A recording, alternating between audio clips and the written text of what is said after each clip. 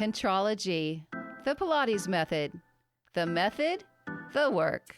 However you want to describe it, it is the brainchild of German creator and inventor Joe Pilates. Hello everyone, I'm Darian Gold. Thanks for joining us on All Things Pilates.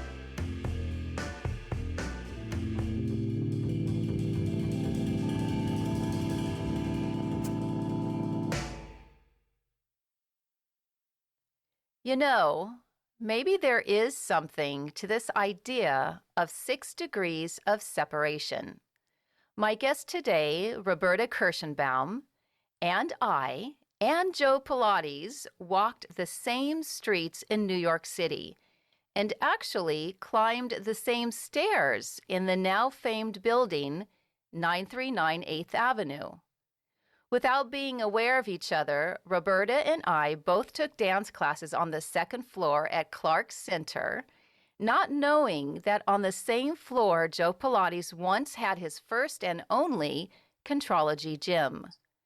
It was during a ballet class in 1984 when Roberta first heard about Carola Trier, one of Joe Pilates' disciples. Roberta had injured her back, and the studio manager suggested she go see Carola. At that time, Roberta couldn't afford Pilates classes and was able to heal herself. But the buzz around the Pilates method intrigued her, and eventually she began studying with Carola. Roberta's story gets much more interesting. In 2005, she returned to 939 8th Avenue, not as a dancer, but as a Pilates studio owner. And incredibly, these last 16 years has taught the Contrology system in Joe's original space. I'm very excited to have Roberta here to put a cap on Season 3 and to hear how she's helping to keep Joe's method alive. Hello, Roberta. Welcome to All Things Pilates. Hi, Darian. Thank you so much for giving me this opportunity to speak to your listeners and the world about my Pilates journey. I love it. Thank you. Okay, so Carola Trier, she was really well known in the dance community. What was it like to work with her as your first of the elders, correct? Correct. What was she like? Well, my first impression of Carola was going up to her apartment, and this tiny 4'10", 70-odd-year-old woman answers the door in her little ballet outfit and ballet shoes and little ballet skirt. And as soon as I looked down at this woman, and I'm only 5'2", I didn't have to look down that far. Yes. I was just taken aback and impressed by her right away, her friendly attitude. And I had to come into the studio, and first I had to sit down on a bench for about 15 or 20 minutes and just watch what was going on in the studio before she paid attention to me or, came to me. And while I was sitting on that bench, I knew that Carola was watching me as I was watching what was going on in the studio. And as I was in the studio watching a professional dancer working next to a professional businessman, next to a professional businesswoman or housewife of all different ages, I just knew right then and there that this was what I was going to do for the rest of my life. How many people were in the studio? I would say about 3 and one other teacher. 3 reformers? She had, I believe she had 3 reformers and 2 Cadillacs, an armchair, an electric chair, and a bench mat. Yes. Where did she take you first? Well, first, Carola, she had this rolling mirror. And she would roll this mirror into a certain place, and you stood in front of this mirror, and you looked at yourself, and she looked at you, and she went through this whole posture analysis of your body in front of this mirror. That's how it began. Were you shocked to see what you saw, or were you curious, Uh, it freaked out? it was more of like I was at I was at a theater event. I was at a dance concert. I was just open and willing, and whatever she did, okay. Yes, and I understood everything. Of course, I didn't really have any injuries per se when I started Pilates. So I basically had good posture to begin with, having been a dancer since I was 4 years old. And so I didn't really go to Pilates for an injury. It was more curiosity that sent me there. So She knew you were a dancer. yes, she could tell. Yes. Yes, of course. Of course. Ballet, yes, all day long. And that lesson changed your life, I'm sure. Well, that was my intro. And then it was, okay, here's your, let's get moving. And Did she remind you of other ballet teachers, or was she more like Joe Pilates in terms of that strict, very firm approach? well, I never had the pleasure of meeting Joe personally, so I can't From attest what we've heard. to his personality from what we've heard. And Carola was very charming. Understand that her Pilates studio was in her home. So there was a different invitation. You were coming into her home. And she's a very gracious host as well. Every morning when I eventually did start working for her, she would always make tea and get you some fattening dessert from Greenberg's Bakery downstairs. Oh my God. She did it right. Usually around, yes. So, yes, so she was my first experience. And being that it was in her home, it was definitely a different experience when later on I had gone to Romana's studio and Naja and Kathy. Each one had their own personality studio. Speaking of the other elders, how did you actually find out about Romana, Kathy, Naja? Through Carola. I started working for Carola. My first introduction to Carola was in April of 1984. I had just gotten my tax return, so now I could afford the $17 an hour that she was charging. And Deborah Lesson was working there as well. And Deborah Lesson was leaving that July to open up her Green Street studio.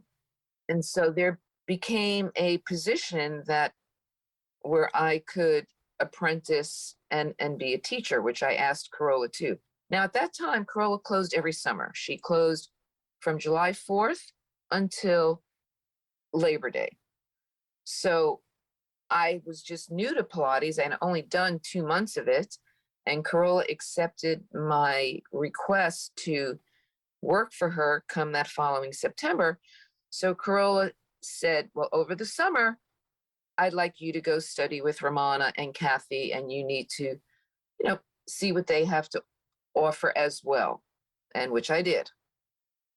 Naja, I found out through somebody else. Naja, I did not find out through Carola, Naja Corey. Naja, I found out through a friend of my boyfriend at the time who was going to Naja. And when she found out I started Pilates, she's like, oh, you have to go to Naja. So I included Naja as well. So those 3 women were my major influence in New York. 3 or 4? Well, Carola, Romana, Kathy, and Naja. Well, say yes. Besides Carola, Carola was number 1, and Okay. then it was Romana and Kathy and Naja. What were the biggest differences or similarities between those 4 women? Anything stand out? Their personality. Each one is a different, unique personality. The work was basically the same in all of them. So it was a commonality thread that made it easy to work with each of these people, but just the manner in which they revealed the work. I could talk a lot really about Carola, but post Carola, Romana was about move. You move. Kathy was move and think of what your body, very, very particular about balancing your muscles. Naja was even more nitty picky about where your foot was placed, where this was placed, and various other things. And each had a particular dress code. Oh. Which was like common. Carola, no jewelry was allowed. She would have these little pouches, and everybody would put all their jewelry in this pouch, which would then be locked up in the dressing room in the back. Kathy, well, you all had to have a towel. She was teaching at NYU at that time. And also with Carola, you were not allowed to have any hairpins, just something soft. Let's see. And with Naja, we had to wear only white leotards with no tights. Oh, God. You had to deal with your body, what it looked like in that mirror. Oh, my. And no perfume. You cannot wear any perfume with Naja as well. And then Romana. Romana, you can wear anything you want. Romana was the biggest commercial kind of studio. Naja's studio was also, she lived and worked in the same place when I met her. Naja was the first one to open up in Bendel's before Kathy Grant took it over from Naja. And then Naja worked out of her apartment on 55th Street. Kathy worked in a very small space, part of NYU, the Tisch School of the Arts. And so Romana was the biggest, the biggest commercial studio. So it was a lot busier, a lot more activity, a lot of teachers around, and a lot of noise. Carola and Kathy and Naja were much more peaceful, quiet, kind of like I call a Pilates boutique studio rather than a mega studio. In the mid 80s, is Romana already at Drago's gym? Yes. Okay. No, actually, no. Actually, no, she had a studio on 56th Street. For a while, she was somewhere else before she went to Drago. So I was on her studio on 56th Street before she had officially then moved over to Drago's. Wasn't Drago's on 56th and 6th I or thought 7th? it was on 57th and 6th Avenue. Oh, okay. Okay, so she moved up one block. Yes. Which of the elders did you resonate with the most? Oh, all of them. I mean, I was, this was my journey. Each one of them, I learned more about my own body, my own capabilities, my limitations, my things I could flourish in. I mean, each one offered something different, but variations on the same thing. And I think I had a different, unique relationship with all of them. That's beautiful. I have a question I've been wondering about because I was only privileged to work with Romana, none of the others. Jay Grimes, of course, but Romana was my biggest influence.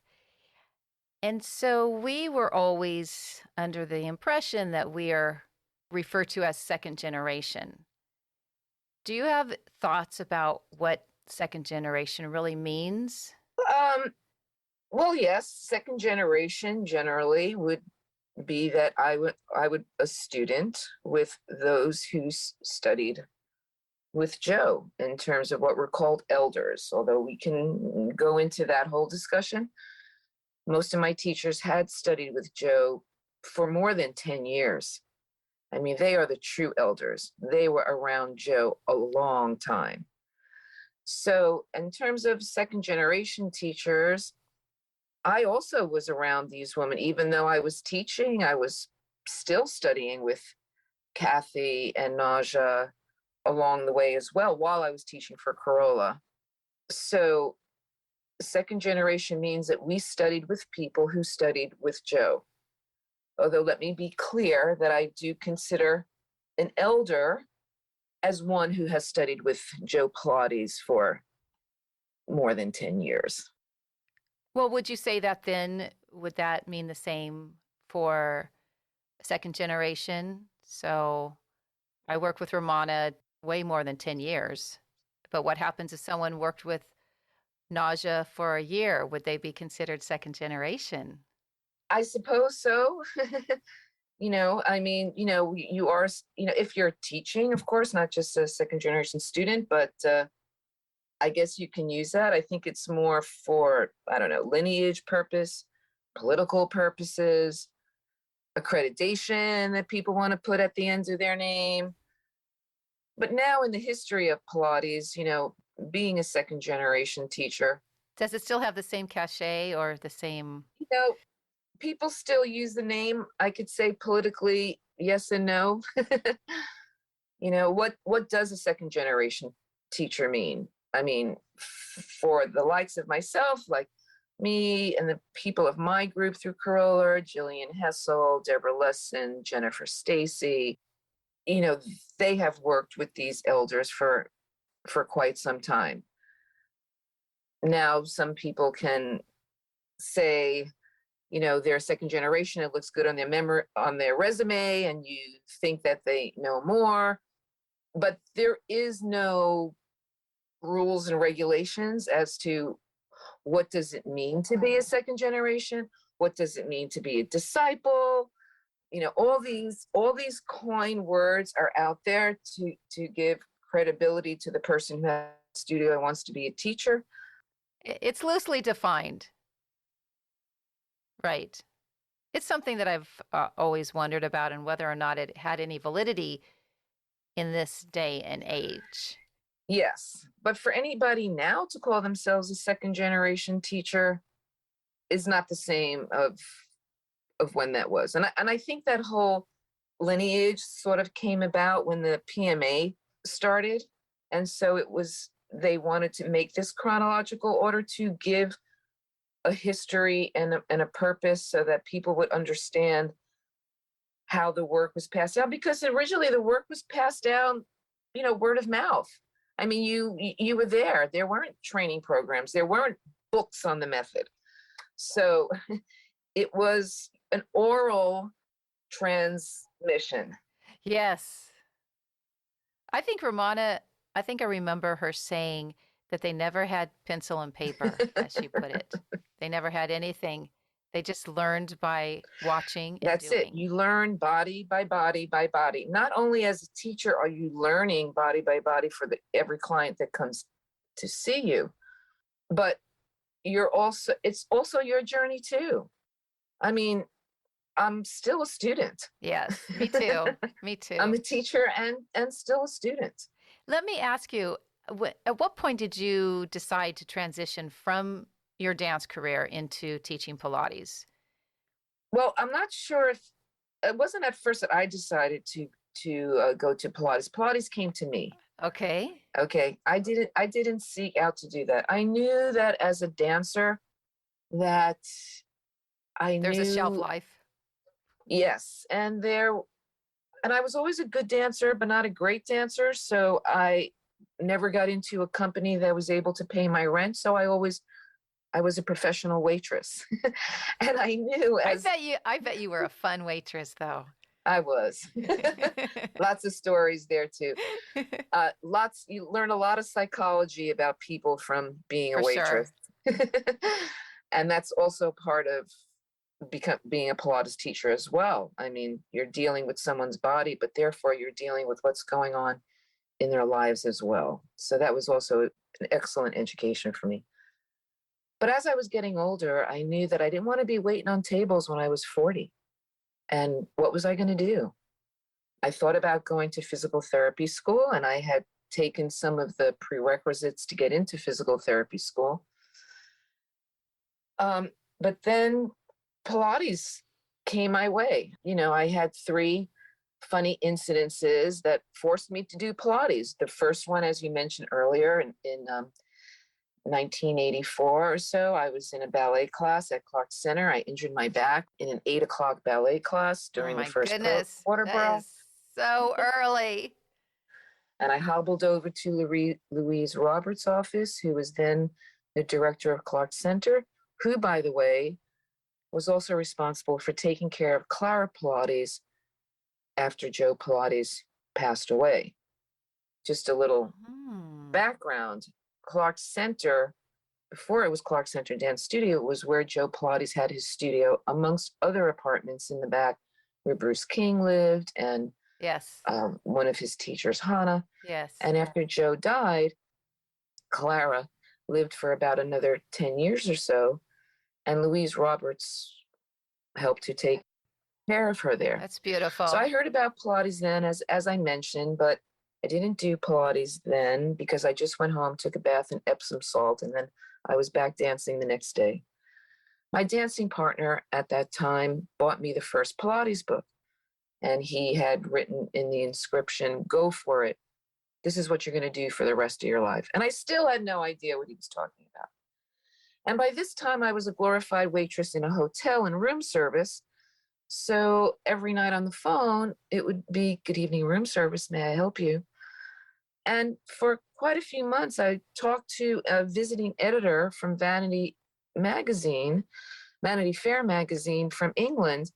And after him talking to me every night, offering his dinner, one night he said to me, "Well, Roberta, what else do you do? Is this all you do is room service?" And I said, "No, I dance during the day." And he said, "Oh, you got to go to Carola Trier." So it was like, okay, 3 times people have mentioned Carola Trier and Pilates to me. And I said, "Okay, I'm surrendering. I'm not in charge. Let me go find out what this is about." And that's how I got to Pilates with Carola, as I mentioned earlier. And as soon as I met Carola and saw what was going on in the studio, my prayers had been answered. This is what I was going to do for the rest of my life. The Pilates book, that's the one with Philip and Gail? Yes. Mm-hmm. Yes. Yes, I have that one. Did you ever go through a certification program? No, there wasn't such a thing as that. I considered myself an apprentice. Sure. And a teacher. And as it says, you learn body by body. I learned great things from Carola in terms of how to see the body and how to touch the body. So important. And you never did an exercise on a client without Carola's permission. There was an order, but if I was working with a client and I felt like, "Oh, I want to do knee stretches on this client," but I would always ask Carola, "Carola, is this client ready to do knee stretches? And then Carola would always come over and align the client and teach the knee stretches with me there so I could see what she's doing. And so then I could continue putting the knee stretches into the program later." And fabulous. It's so repetitive. And then on your own thing, it's so repetitive, which is so wonderful that you eventually get to memorize the exercises. The next key is being able to put it properly on the client in front of you. Yes. That is difficult to teach. Absolutely. And then to practice. So no, there were no written certification programs. The first one was created, which I took with Romana in about 1990. That was the first. And even though I had already been teaching for 6 years, I took that program too. Now they put it in a book. Right. You had pictures, you had explanations. Right. And it was just another repeat and refresher. A refresher. And that program I did. I think you were maybe 4 years ahead of me then. I started in 94, I believe. In 94. Right. So you were in her program. I started in 84. Right. In 90. Right. Yeah. I started. My first Pilates lesson was in 92. Okay. With a dancer and by a dancer. So we all got it right away. Now, here we come to the part that is so remarkable, so astounding. And when I heard about this from our lovely Jennifer Stacy, who's no longer with us in body, but she is with us in spirit. I do believe she brought us together.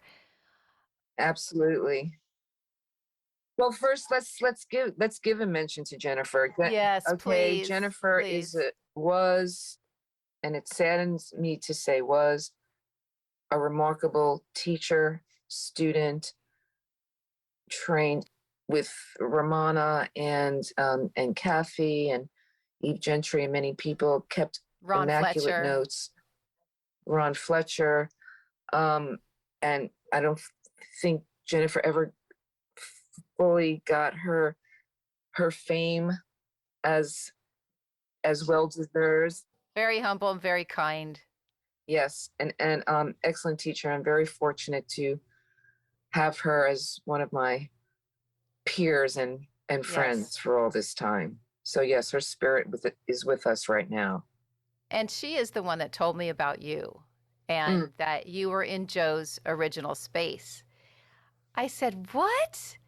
That's unbelievable. She has to be on my podcast. I have to talk to her." And Jennifer said, "Oh, you'd really like her. She needs to come onto your radio show," when I still had my radio show. You, in 2005, how did that actually happen? So it's 2005. What is happening that you happen to know that there's a sign in the building, an apartment for rent? How did that work out? Well, first let me just go a little Back? back on some history. Okay, so in 1984, I started, with Carola, and from then, as I mentioned, I studied with, went to Ramana, went to Kathy, went to Naja, and when Carola was getting ready to retire, I wanted to open up my own studio, and You felt ready. I've ready enough, And whose apparatus? Whose apparatus? I didn't, well, that even wasn't the issue yet. I mean, whether I would get Carola's apparatus, who knew, or who she was going to give it to, that wasn't an issue. I mean, Gratz was around, so getting equipment, I would have gotten it probably through Gratz. And Adelio Ferraro, who was a teacher with me also at Carola's, he was a former ballet dancer as well. And he taught at Carola's for many years. When Carola had retired, he opened up a small studio in his apartment.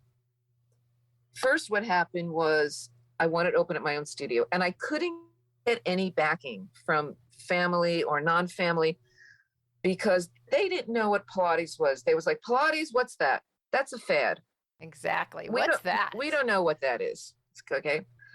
So I went to Columbia University Teachers College to get a degree in exercise physiology, minoring in dance education, so that I would have the credentials to say, okay, now I have the credentials. Can you now back me in a studio? Oh, smart girl. And I was going to open up my studio with Kimberly Dye, who many of you might or might not know her, but she invented the Stretch Ease Band, which is a wonderful aid to get people to understand how to work their body. And I use it constantly with my clients, which helps them really get into the Pilates spinal work and et cetera, et cetera. And then I said, so I got this master's degree, and which is also where I met Irene Dowd and Marika Molnar. Both these two incredible, brilliant anatomists, therapists, teachers. And I started studying, of course, with both of them, wherever I could. So I got this master's degree. And then while I was doing my paper, was my final paper for my master's degree was where I met, Marika Molnar, because I did my paper comparing a Pilates exercise regime as opposed to what was being offered in the physical therapy setting. And it was because of Marika that I became a reflexologist in 89. I didn't know what reflexology was either, but Marika said, "Do you know of any reflexologists?" And I said, "No, Marika, what is that?" And when she explained to me what it was, I said, "Great, and this is something I can do on dancers." Great. The next thing I was enrolled in a reflexology school. And then, of course, then the AIDS crisis hit New York, and Adelio, who also is no longer with us, succumbed to the AIDS crisis and passed away. And before he did, he gave me all of his equipment, which I then put into my living room in my apartment. Wow. So for 15 years or so, I taught Pilates out of my apartment. And then when Marika had asked me to kind of work, with the dancers in the therapy room, I couldn't because I didn't have a license. So I went to massage school in 1996 so I can get a massage license so that I can practice the reflexology. And of course, then massage too. The reflexology has always been my specialty. Another little side note is because remember, we're talking about posture, how you stand on your feet. Yes. Is going to determine the rest of the body. And that's a lot that I got from Carola. When you do your posture analysis, a lot about where your feet are will determine the legs in your muscles, up your hip, up your spine, etc. So I got my massage license, and then Marika was able to hire me at New York City Ballet. And I worked for them for 6 years. And that's how I really got to work with incredible dancers, of course, in my apartment. Life was perfect. And very simple, so I was very happy, during those years. But then it came to a point where one day I went to get my hair done, and my hairdresser is on 53rd Street and 9th Avenue. So I always walk down, get off the subway at Columbus Circle, and walk down 8th Avenue. And every time I pass 939 8th Avenue, I'd always reflect on my dance days. By now, Clark Center. Right, Clark Center. By now, I had known that before it was Clark Center, it was Joe Pilates Contrology gym. And one day, in 2004, I was just walking down the street and I saw a sign in the window that said space for rent. Not knowing exactly what it was, but my body started to shake. And after talking with my hairdresser, I decided, let me just call this number and see what it was. And as soon as I walked into the space, which actually was my ballet classroom and also Joe Pilates space, or on that floor, and we can go into that.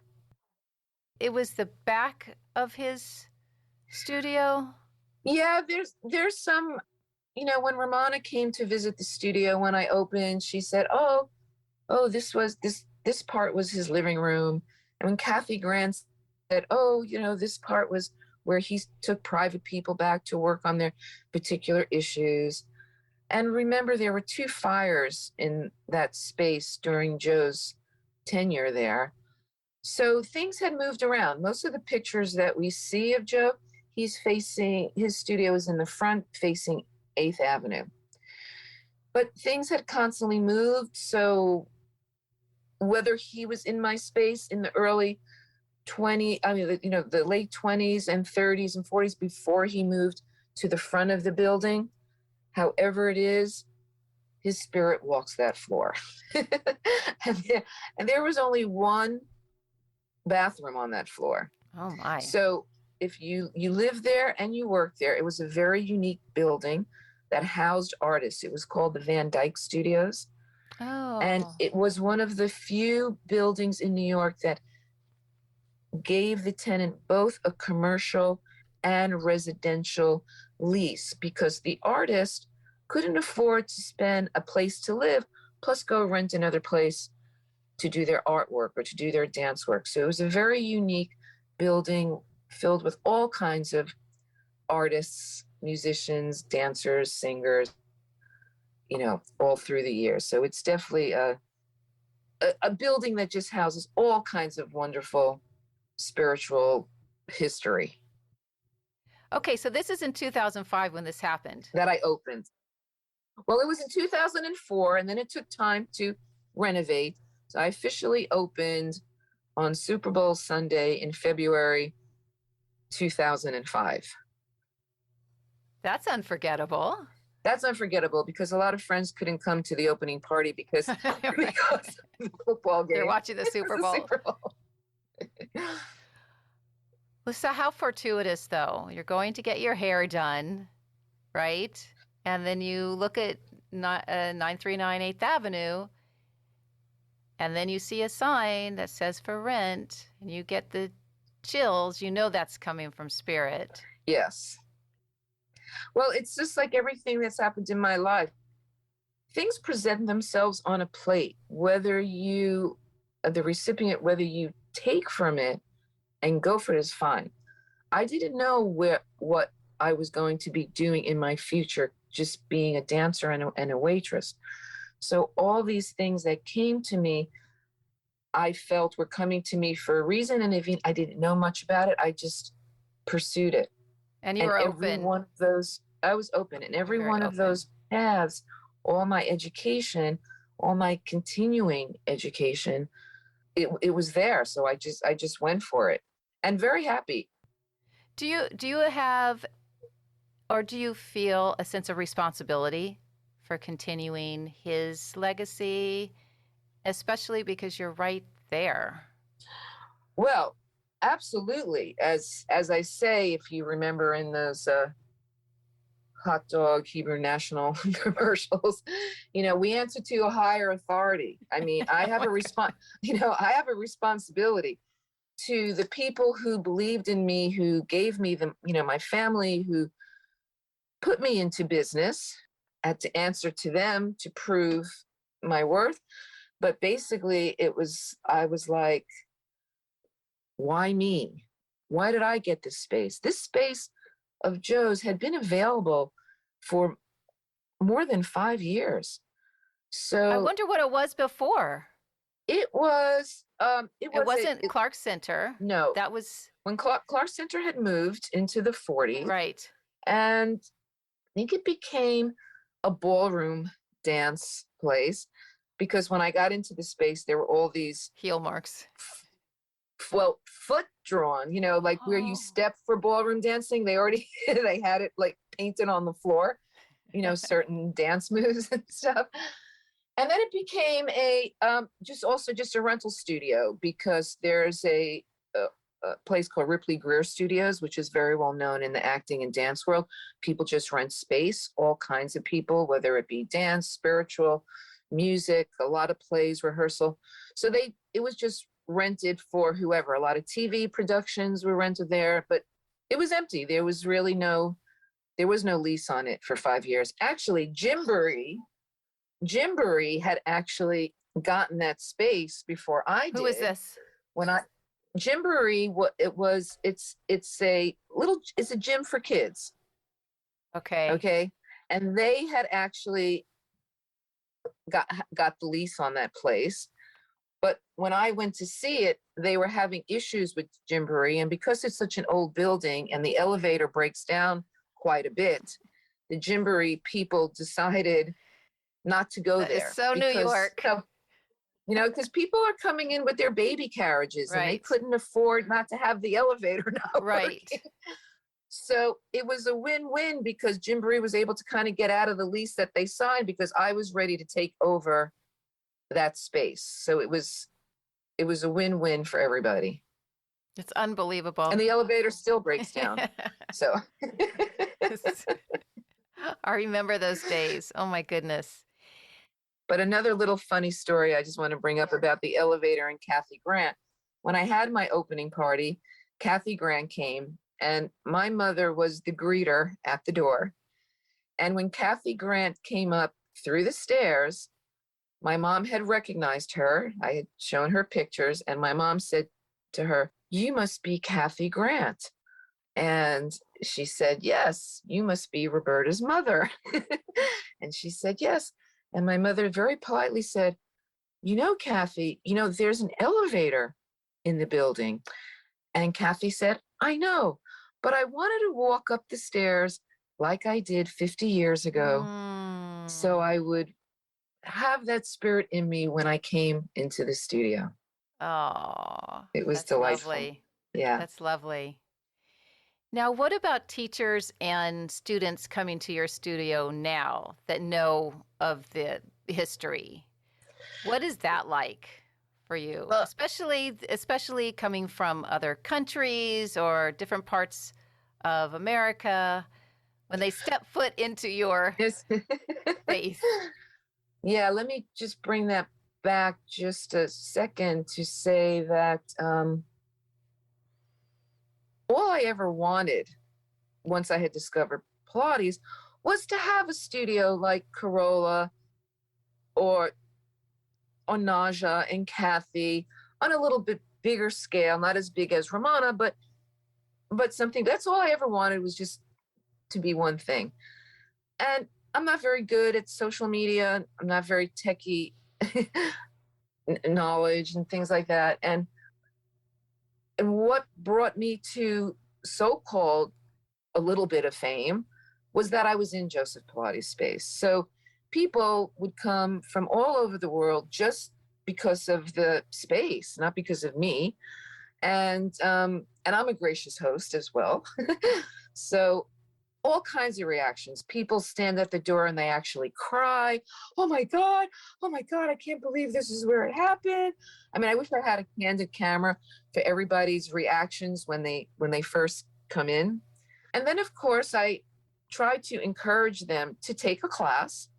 Not so much that, the studio needs to make money to pay this huge rent Yes, that sure. bound to, but just that if you're in the space of Joe, you owe it to Joe to take a Yes, class in his studio. So yes. I have been so fortunate because I'm not a traveler. And especially these days, I don't plan on getting on a plane until at least 2023. So I am very fortunate that New York is just such an epicenter for the world that people have come to me. And I am so grateful for every person from all over the world and all over the country who have come for that reason. Yes. Do It's people been ever wonderful. bring you gifts? Oh my gosh, yes. Oh, for example. Especially Japanese people. Japanese, maybe it's something culturalized, but as thankful for being there, yes, I get scarves or food, candies. I've gotten Ukrainian chocolate covered prunes, which was very interesting. you know, little things like that. But mostly everybody comes, for the love of Pilates, and also most of these teachers that have come are also looking to continue their education. Can you tell they've been taught well, that they understand the method? Um, we're all at different levels, and it's sometimes hard to judge. My peers, my generation, as I mentioned that, earlier, Jennifer and Jillian and Deborah, my probably closest relationships, we studied a long time. Even if we were teaching, we were still studying. So the difference is that, people are learning faster. You can become a Pilates teacher in a year. We didn't have programs in my day, so it was a longer process before you became a teacher. So yes, many of them know the outside of the Pilates. They know the names of the exercises. And of course, Right. now, depending on what style of school you're trained from, there are different ways that they approach the work. So that has also been an education for me as well. I'm always understanding, but I will always teach basically what Yes. I've learned, because it's Yes. worked for me. And now that I am a senior citizen, it is still working for me. And all the education work that I've done with Irene Dowd and Marika Moner to help me understand why the work works as your body changes as you age. And so it's still working for me, knock on wood. Good. Good. Things I don't have any physical issues, I mean, just of course getting old, those Maturing. issues. You're maturing. Maturing, which I do want to add that this is one of the professions where your age is in your favor. Mm-hmm. And as I have found, Pilates teachers from around the world are also seeking for more education. Even though they have been to a particular school, they know that's not the end all. And those who are seeking the Pilates on their own personal journey, besides their teaching journey, those are two separate paths that actually walk side by side with each other. Yes, I agree. So it's a very humbling experience for me to teach everybody. Each body that comes to me is We're a new detectives. We are like Yes. detectives. Yes, detectives, and I like to say they're all like a jigsaw puzzle. Yes. And trying to put all those pieces together to get them to do the work as Joe set forth, and the way that I was taught as well, to me has proven its test of time. As one of Joe's sayings was, "You will grow old gracefully." Oh, beautiful. And I am very thankful and humble for that, because it's working for me. Yes. Yes.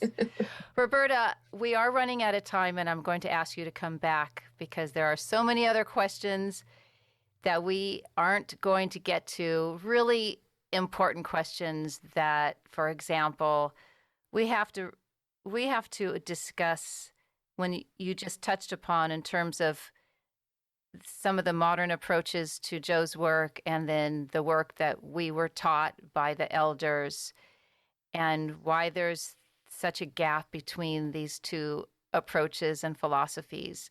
We're going to save that for another episode. You're absolutely coming back, whether you like it or not.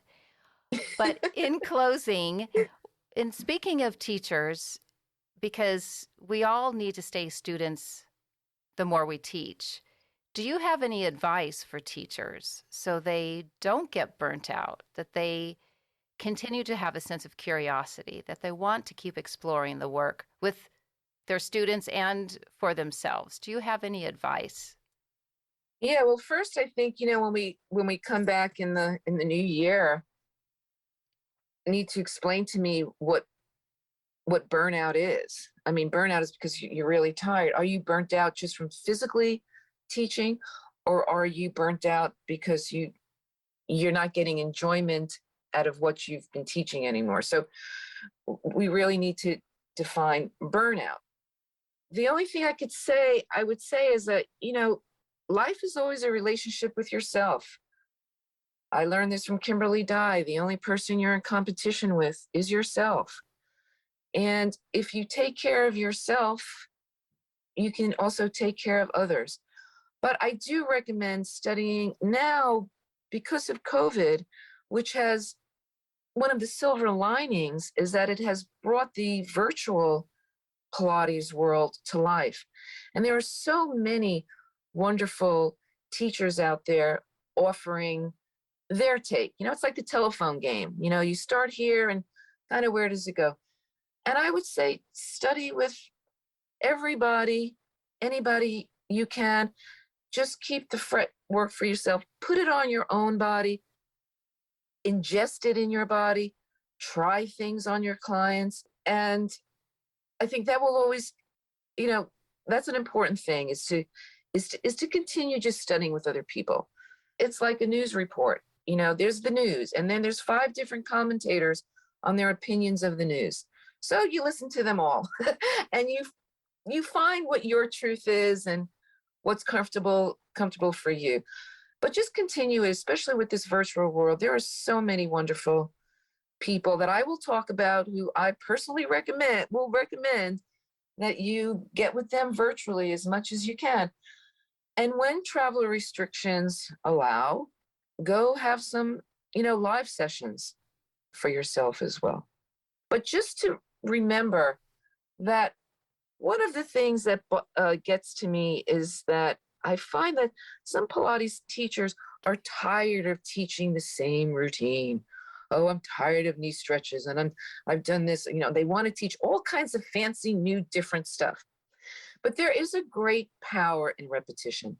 As a dancer, you learn to plie from the age of 4, and you're still wanting to correct that simple plie at the age of 94. And you have a reference to grow within repetition. So I would like to say, don't get bored with repetition. Okay, stick some other things in here and there, as long as you stay in the Pilates mentality in terms of coordinating your movement with breath and good alignment.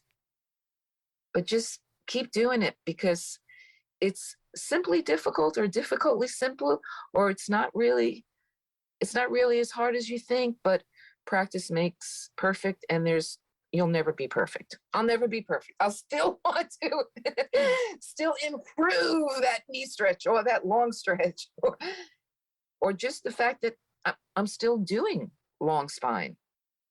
I'm not inhibited still. The work has worked for me, and I just would like to be that kind of teacher to help it work for you as well. That was beautiful. Anyone listening that just wants you, Roberta, they want you right now. How do they get in touch with you? What's the best way? Yes, telepathically. is the best way.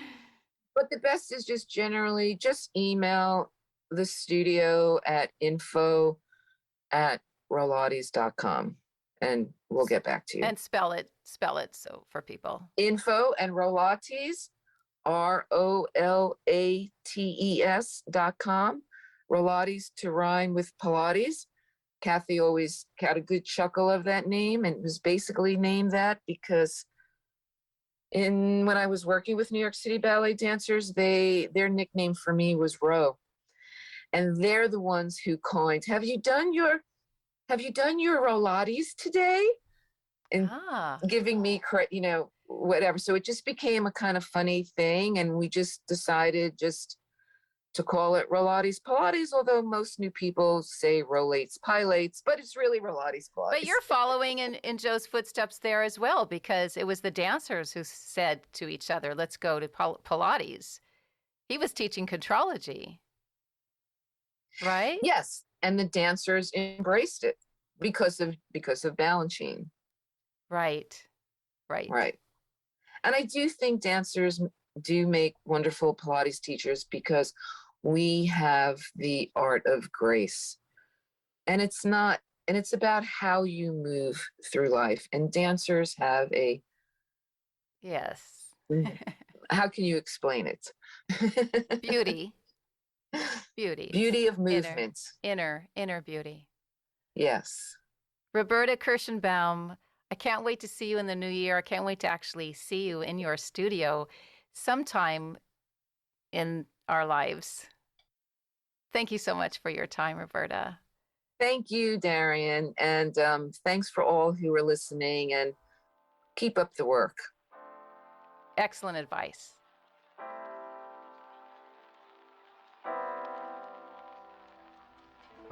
As you are aware, I've been featuring one of my dedicated students for each episode. And for today's show, her name is Rachel Taylor. Rachel is the owner of Rachel Taylor Pilates in England. When asked how the Pilates method has helped her, she says, Pilates has impacted my life not only physically, but mentally and emotionally as well. The minute I tried Pilates, I instantly fell in love with it. Its methodical approach just made sense. I loved how the movements helped my once tight, short body feel lengthened and in a way I had never encountered before. It was as if I had done the biggest yawn and had woken up. By the way, Rachel's studio is slated as the international location for my next workshop, whenever it's safe to do so. Class size will be limited, so please reach out if interested. All Things Pilates is created, edited, produced, and hosted by me, Darian Gold. Mastered audio mix by Fabian Romero. A reminder for those interested in learning more about the Pilates system and how the mat and the apparatus relate to each other, I offer monthly apparatus classes for you to continue your Pilates education. For more information, please visit dariangold.com. Life is about staying open. Remain curious, and your life will never be boring. Stay tuned for our Season 3 highlight show in a couple of weeks. And as always, thank you so much for supporting and sharing with others all things Pilates.